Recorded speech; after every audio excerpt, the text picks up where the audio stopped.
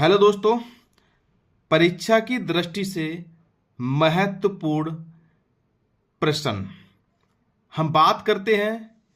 बाबर के द्वारा भारत में लड़े गए युद्ध।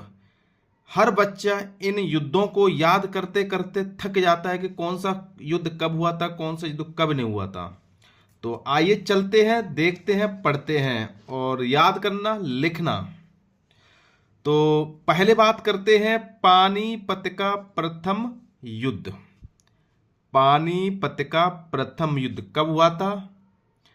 1526 ईस्वी में। 1526 ईस्वी में। नोट करते जाएं, लिखते जाएं। किस किस के बीच हुआ था?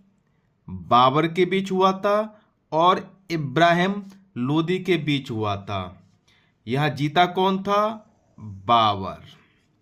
कहने का मतलब यह है कि दिल्ली सल्तनत का अंत हो गया था और मुगल साम्राज्य की नींव डल गई। किससे? पानीपत के प्रथम युद्ध से। तो यहां भी क्वेश्चन पूछ सकते हैं कि दिल्ली सल्तनत का आखिरी सुल्तान कौन था? तो कह सकते हैं इब्राहिम लोदी। और इसको किसने हराया? बाबर ने। कहां पर? पानीपत के युद्ध में। कब? 1526 में। दूसरा है खानवा का युद्ध। खानवा का युद्ध पहला हो गया। दूसरा खानवा का युद्ध। खानवा का युद्ध कब हुआ था? 1527 ईस्वी में। यह जीता कौन था? बाबर। किस किस के बीच हुआ था? बाबर और राणा सांगा के बीच। जो राणा सांगा जी कहां के थे? मेवाड़ के राजा थे। तीसरा है आपका चंदेरी का युद्ध। तीसरा कौन सा है? चंदेरी का युद्ध कब हुआ था? 1528 में। कौन जीता? बाबर।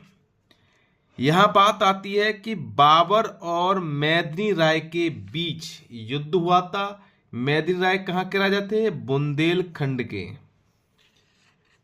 ठीक है ना। चौथा है घाघरा का युद्ध। घाघरा का युद्ध चौथा कौन सा है? घाघरा का युद्ध कब हुआ था?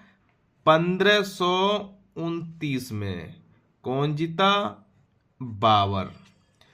किस किस के बीच हुआ था? बाबर और अफगान सरदार और सुल्तान महमूद लोदी के बीच यह युद्ध हुआ था। और यह स्थान जो था घाघरा नदी बिहार में पड़ता है। दोस्तों, आप चाहें कितना भी पढ़ लें, लेकिन पढ़ें वही जो परीक्षा की दृष्टि से हो और परीक्षा में आने की संभावना पूरी हो।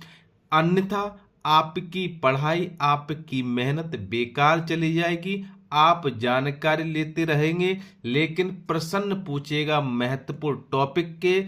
टॉपिक आप याद नहीं करोगे, इसलिए वही पढ़ें जो आपकी परीक्षा की दृष्टि से महत्वपूर्ण हो।